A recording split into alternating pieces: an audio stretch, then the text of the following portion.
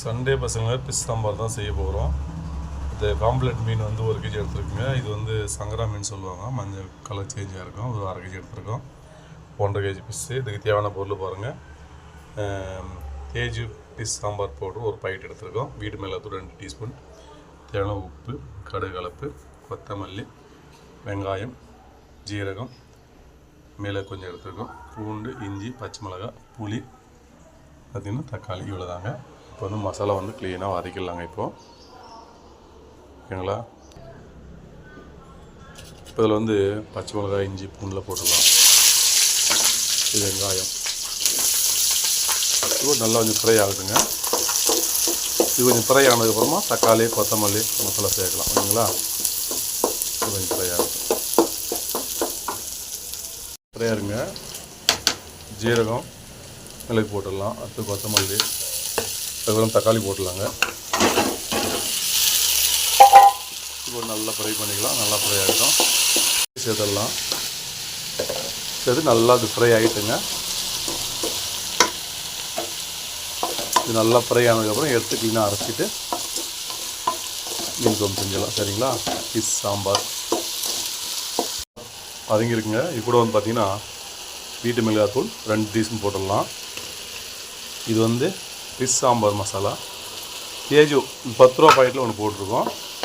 இதையும் போட்டு நல்லா ஃப்ரை பண்ணிக்க, நல்லா வதங்கட்டும். அதுக்கப்புறம் ஆற வச்சு நம்ம உரலில் ஆடி செஞ்சால் ரொம்ப நல்லாயிருக்கும். ஓகேங்களா.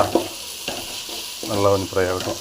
மசாலா நல்லா ஃப்ரை ஆகிடுச்சு. நம்ம வந்து கேஸ் ஆஃப் பண்ணிடலாம். நல்லா ஆறட்டுங்க. ஆறினதுக்கப்புறம் க்ளீனாக உரலில் அரைச்சிட்டு அப்படியே மீன் குழம்பு சேர்த்துலாம். ஓகேங்களா. கொஞ்சம் ஆறட்டும். இது மசாலா நல்லா ஆறிச்சிங்க. இப்போ க்ளீனாக நம்ம உரலில் அரைச்சி எடுத்துடலாம். மசாலாவை மிக்சி குக்கரில் போகிறத விட, மிக்சியில் போகிறத விட நம்ம உரலில் ஆட்டி எடுத்திங்கன்னா அருமையாக டேஸ்ட்டாக இருக்கும். ஃபிஷ் வந்து நம்ம க்ளீனாக கழுவிருக்கோம். சங்கரா ஃபிஷ் 1/2 கிலோ, பாம்ப்ளெட் மீன் 1 கிலோ, 1.5 kg மீன். குழம்பு தாளிச்சிடலாம். கடுகு கலப்பு மசாலா வந்து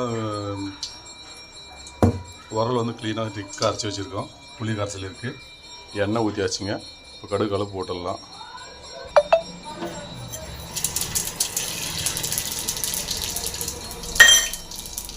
பொரிஞ்சிச்சிங்க. மசாலா வந்து ஊற்றிடலாம். இப்போது நல்லா திக்காக அரைச்சி வச்சுருக்கோம்.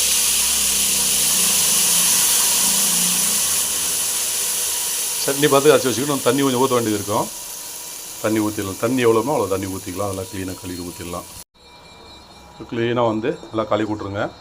இல்லைங்களா. இப்போ வந்து புளி கரைசல் ஊற்றிடலாம். கூட புளி கரைசல் ஊற்றிட்டு உப்பு காரம் எல்லாமே கரெக்டாக நம்ம செக் பண்ணிட்டோம்னா நல்லா கொதி வந்த உடனே நம்ம மீன் எடுத்து போட்டுடலாம் அதில். ஓகேங்களா.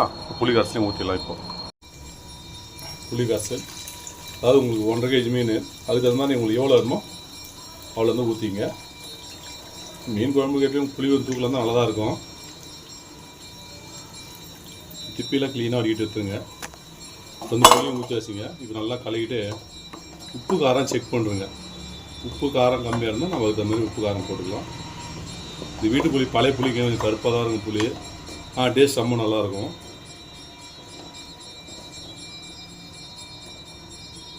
நல்லா கலக்கிங்க.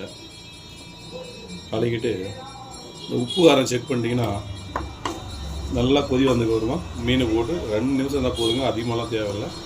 2 நிமிஷத்தில் எடுத்துடலாம். உப்பு காரம் எடுத்துங்களா. புளிப்பு ஓகேங்க. காரம் ஓகே. உப்பு மட்டும் லைட்டாக கம்மியாக இருக்குது. கொஞ்சம் உப்பு சேர்த்துக்கலாம்.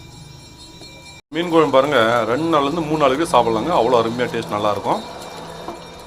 சூப்பராக இருக்குங்க இந்த மீன் குழம்பு. 2 நாள் மினிமம் 2 நாள் சாப்பிட்லாங்க. ஒரு நாள் எக்ஸ்ட்ரா சாப்பிடவும் ஒன்றும் ஆகாது. என்ன ஒரு நாள் சூடு பண்ணி வைக்க வேண்டியது இருக்கும். அவ்வளோதான். ஆனால் டேஸ்ட் மட்டும் அருமையாக டேஸ்ட்டில் இருக்க மாதிரி டிக்காக நம்ம தேவையான அளவுக்கு அருமையாக செய்திருக்கோம். ஓகேங்களா. இப்போ நம்ம மீன் போட்டுடலாம். அதாவது மீன் போகிறதுக்கு முன்னாடி இது எந்த அளவுக்கு கொதிக்கணும், எந்த அளவுக்கு வேகணுமோ அதெல்லாம் வெந்துட்டோம். அதுக்கப்புறம் மீன் போட்ட உடனே நம்ம 5 நிமிஷத்தில் வந்து 2 நிமிஷம் தேவையில்லை. 2 நிமிஷத்தில் நம்ம அப்படியே ஆஃப் பண்ண போகிற ஸ்டவ். அதனால் மீன் போகிறதுக்கு முன்னாடி நம்ம எந்த அளவுக்கு நல்லா க்ளீனாக வேகணுமோ வேக வச்சு எடுத்துருங்க. ஓகேங்களா. எப்பயும் மீன் குழம்பு செய்யுங்க. சூப்பராக அருமையாக இருக்கும். டேஸ்ட்டாகவும் இருக்கும். ஓகேங்களா. பாருங்கள் அந்த உப்பு காரம் புளி 3மே கரெக்டாக இருக்குது. ஒரு சாமான் டிக்காக ஆகிடுச்சு. ஓகேங்களா. இப்போ நம்ம மீனை போட்டுடலாம். மீனை போட்டு இன்னும் ஒரு 2 நிமிஷம் வேக வச்சா போதும். அதிகமாகலாம் வேக தேவை. மீன் வந்து வேகிறதுக்கு ரொம்ப நேரம்லாம் எடுக்காது. 2 நிமிஷம் போதுங்க. உடனே நம்ம ஆஃப் பண்ணிடலாம். மீனை போட்டு ஒரு முறை நம்ம கிளி போகிறதோட சரி. 2வது நம்ம கண்டி போட்டுடலாம். அது பண்ணிங்கன்னா மீன் உடஞ்சிடும். படியாமல் க்ளீனாக பண்ணிக்கலாம். ஓகேங்களா. இப்போ மீனை போட்டுடலாம். எல்லா மீனும் பாருங்கள்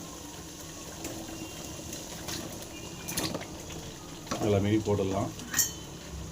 மீன் குழம்பு சூப்பராக ரெடி பண்ணலாம். மீன் போட்டாச்சுங்க. இந்த மீன் உள்ள இந்த சாம்பாரில் உள்ள முங்குற அளவுக்கு எல்லாம் அமுத்தி விட்ருங்க.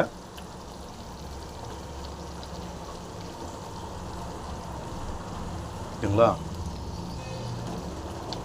இவ்வளோ தாங்க. நீங்கள் எதுவும் கண்ணில் வச்சு கலக்காதீங்க, அப்படியே இருக்கட்டும். 2 நிமிஷம் தான் போதும். அப்படியே கிளே மூடி வச்சிட்டே போதும். சூப்பராக அருமையாக வந்துடும். 2 நிமிஷம் வேட்டுங்க. அப்படியே 2 நிமிஷம் ஆகிடுச்சிங்க. இப்போ நம்ம கேஸ் ஆஃப் பண்ணிடலாம். கேஸ் ஆஃப் பண்ணி மூடி வச்சுருங்க. போதும். அதிகமாக வச்சுங்க, மீன் உடஞ்சிடும். மீன் அப்புறம் கறியை நம்ம எடுத்து சாப்பிட முடியாது. அவ்வளோதாங்க. கேஸ் ஆஃப் பண்ணியாச்சு. ஒரு மூடிடுங்க. 2 நிமிஷம். அவ்வளோதாங்க. மீன் வந்து பாருங்கள், உடையாமல் க்ளீனாக தான் இருக்கும். நல்லா பாருங்க. அப்படியே பீஸ் வந்து தனித்தனியாக நம்ம க்ளீனாக உடையாமல் சூப்பராக அருமையாக வரும். ஓகேங்களா? இதை நான் சாப்பிடும்போது காட்டுறேன் எப்படின்னு. மீன் குழம்பு சூப்பராக அருமையாக ரெடி ஆகிடுச்சிங்க.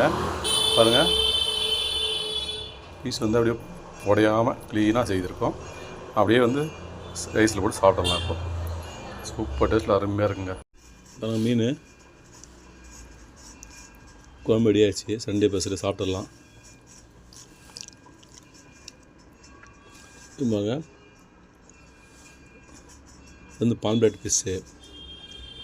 இது வந்து சங்கரா மீன். சூப்பராக அருமையான டேஸ்ட்டு. இந்த சங்கரா மீன் வந்து பார்த்திங்கன்னா ஃப்ரை பண்ணாலும் சரி, இல்லை குழம்பு செஞ்சால் கூட சரி, இல்லை ரெசிபி செஞ்சால் கூட சரி, டேஸ்ட் வந்து அருமையாக இருக்கும். அப்படியே சாப்பிட்லாங்க. நீங்களும் மீன் தான் இதே போல் செஞ்சு சாப்பிட்டு பார்த்துட்டு கண்டிப்பாக கமெண்டில் எப்படி இருக்குன்னு மறக்காமல் சொல்லுங்கள். ஓகே கேஸ், மீண்டும் அடுத்த ஒரு நல்ல விஷயம். நன்றி. அனைவருக்கும் வணக்கம். என்னோடய மீன் சாப்பிட்டு பார்த்தலாம் கொஞ்சம் கறி எடுத்து எப்படின்னு.